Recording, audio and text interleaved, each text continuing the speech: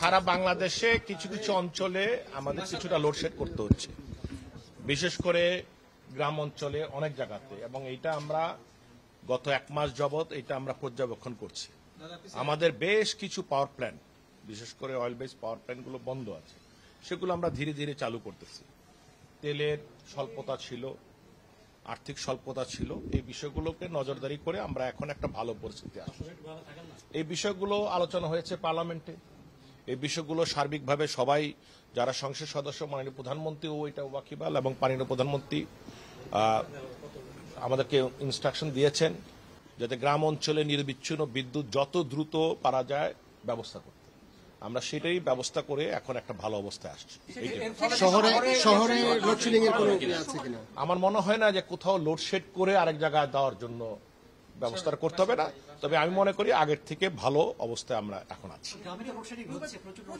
এখন আর কমে গেছে, এখন যেটা বলি, কারণ আমি তো প্রতিদিন নিউজ পাচ্ছি, আজকে যদি দেখেন জিরো লোডশেড, আস্তে আস্তে ধীরে ধীরে কমে আসতেছে। আমাদের পাওয়ার প্ল্যান্টগুলো আসতেছে, আমাদের বেশ কিছু পাওয়ার প্ল্যান্ট বন্ধ রাখা ছিল, কারণ আমরা ওই যে বললাম তেলের স্বল্পতা ছিল আমাদের, কারণ যারা তেল আনার কথা, যেসব প্রাইভেট পাওয়ার প্ল্যান্ট মালিকরা, তারা তো আনতে পারছিলেন না, তারা দেরি করতেছিলেন, যার কারণে আমাদের প্রায় ১,৫০০ মেগাওয়াটের মতো প্রথম দিকে ছিল, এটা কমে আসছে এখন ৫০০, এখন একদম জিরোর দিকে চলে আসছে, বা আশা করতেছি কোন ভবিষ্যতে এটা ভালোর দিকে যাবে। এটা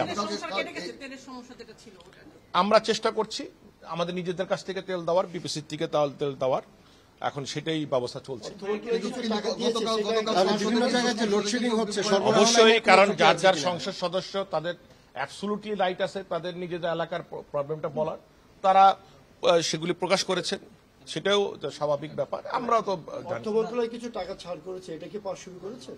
আমরা পাচ্ছি, আমরা কিছু কিছু করে পাচ্ছি, সেটা দিয়ে আমরা ম্যানেজ করার চেষ্টা করছি।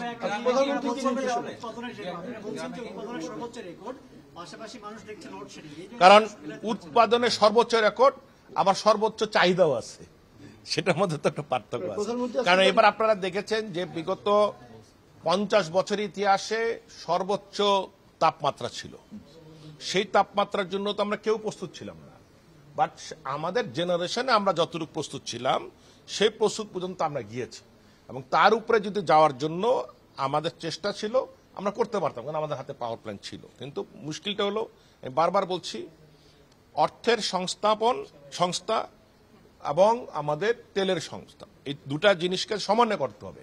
সেটা করতে আমাদের যে সময়টুকু লেগেছে, সেই সময়টুকু কিন্তু আমাদের বেশ কিছু জায়গায়, গ্রাম অঞ্চলে অনেক জায়গাতে আমাদের লোডশেড করতে হয়েছে, বা সার্বিকভাবে এখন পরিস্থিতি আগের থেকে ভালো।